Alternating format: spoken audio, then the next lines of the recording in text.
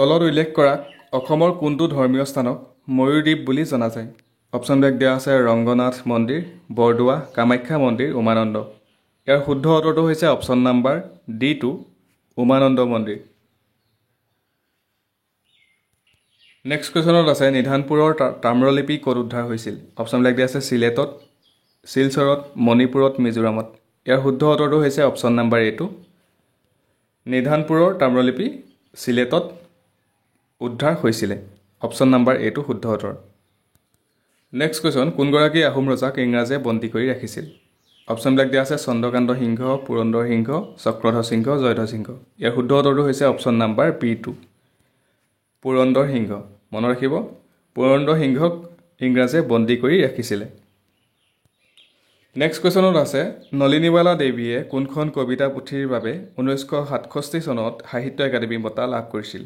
অপশ্যনবিলাক দিয়া আছে অলকানন্দ, সন্ধিয়াৰ সুৰ, পৰশমণি, স্মৃতি তীৰ্থ। ইয়াৰ শুদ্ধ উত্তৰটো হৈছে অপশ্যন নাম্বাৰ A2, অলকানন্দ। আৰু মনত ৰাখিব, কেতিয়াবা প্ৰশ্ন এনেকৈও আহিব পাৰে, নলিনীবালা দেৱীয়ে কোনখন কবিতা পুথিৰ বাবে সাহিত্য একাডেমী বঁটা লাভ কৰিছিলে আৰু কিমান চনত লাভ কৰিছিলে, এইটো আহিব পাৰে। এই চনটো আহিব পাৰে, মনত ৰাখিব 1967, 1967 চনত। নেক্সট কুৱেশ্যনত আছে অসমৰ কোনখন জিলাত সৈনিক স্কুল আছে? অপশ্যনবিলাক আছে কামৰূপ, গোৱালপাৰা, গোলাঘাট, যোৰহাট। ইয়াৰ শুদ্ধ উত্তৰটো হৈছে অপশ্যন নাম্বাৰ B2, গোৱালপাৰা জিলাত আছে সৈনিক স্কুল।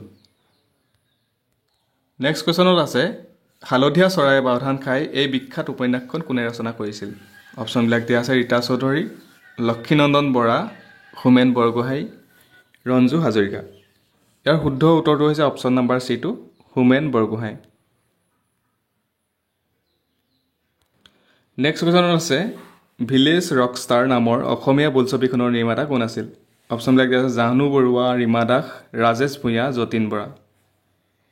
ইয়াৰ শুদ্ধ উত্তৰটো হৈছে option number B2, Rima Das. মনত ৰাখিব, ভিলেজ ৰকষ্টাৰ। ধন্যবাদ। আজিৰ ভিডিঅ'ত এইকেইটাই আছিলে। আপোনালোকে যদি ভাল পালে তেতিয়াহ'লে নিশ্চয় চেনেলটো ছাবস্ক্ৰাইব কৰিব, ভিডিঅ'ত লাইক কৰিব, সকলোকে শ্বেয়াৰ কৰি দিব, কমেণ্ট কৰি জনাব। ধন্যবাদ।